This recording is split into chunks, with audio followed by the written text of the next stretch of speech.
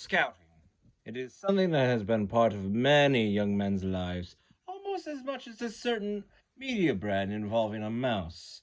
I was among the many young men who took part in scouting and have been doing so since elementary school. But has anyone ever wondered about the man behind the merit badge? He made many young men's lives an impactful one and brought exploration to new heights, like Neil Armstrong on the moon. It's funny and ironic considering he was a Boy Scout himself before becoming an astronaut. Today, I am going to discuss on how the father of scouting gained his reputation and his journey from military general to the founder of the Boy Scouts of America. My sources for this speech include Britannica.com, BSA.org, and Scouting.org. To let us begin this journey of scouting, we have to go back to the past before the organization was ever founded. Robert Baden-Powell was the 8th child born out of 10 children, and according to Scouting.org, he gained a scholarship to Charterhouse, which is a very prestigious school in Britain. While there, he developed an interest in being an outdoorsman. He did so by hiding out in the woods outside the school and hunting rabbits while masking his whereabouts from the school staff.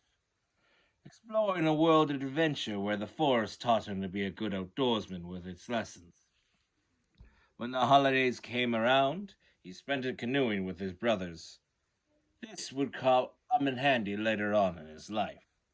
He managed to score second in his military entrance exam out of the several hundred other applicants in the school, and he bypassed the usual officer training involved, and he became an honorary colonel. Now that I have gone over his youth and starting of his outdoorsman hobby, it's time to discuss how his life in the military. His methods for commandeering his men were considered unorthodox for the time, as he set up small groups that worked together under one leader. According to BSA.org and Britannica.org, he always made sure recognition was given to those who did well, as he rewarded those who did excellent with badges of proficiency that would later become the badges used today in scouting. And according to Britannica, he used observation balloons to spy on the enemy in Botswana. He saw some action during his time in the military, as he fought in the Second Boer War, more specifically in the Siege of Nanking. He and his troops would hold their ground in a bloody war of attrition for 217 days against an army of 5,000 men. Which is a lot, mind you. He would return home to Britain as a war hero.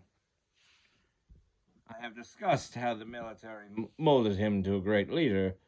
The time has come to discuss the formation of Boy Scouts.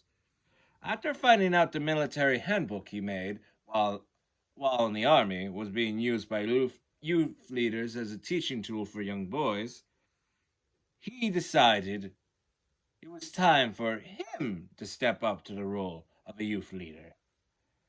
According to BSA.org, he held a camp for 22 boys on Brownsea Island, which was essentially the start of scouting and a very long adventure for young men everywhere.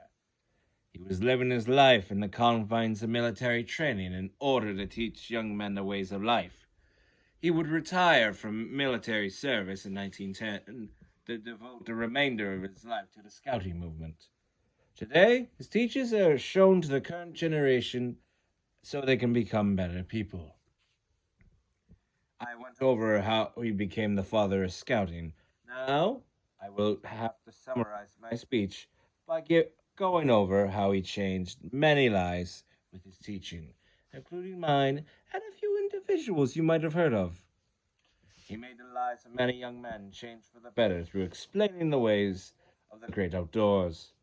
He used his time in the military to mold young men into great individuals, and thanks to him, scouting would become the lesson of maturity, and many young men benefited from his guidance.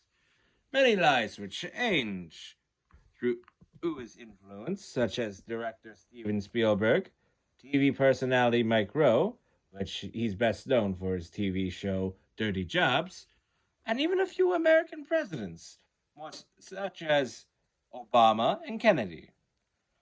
I will have to close this speech off now, and I will do so with a quote from Robert Baden-Powell himself.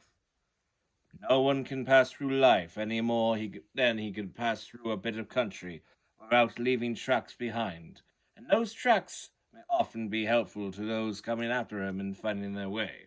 A fitting quote for the legacy he left behind.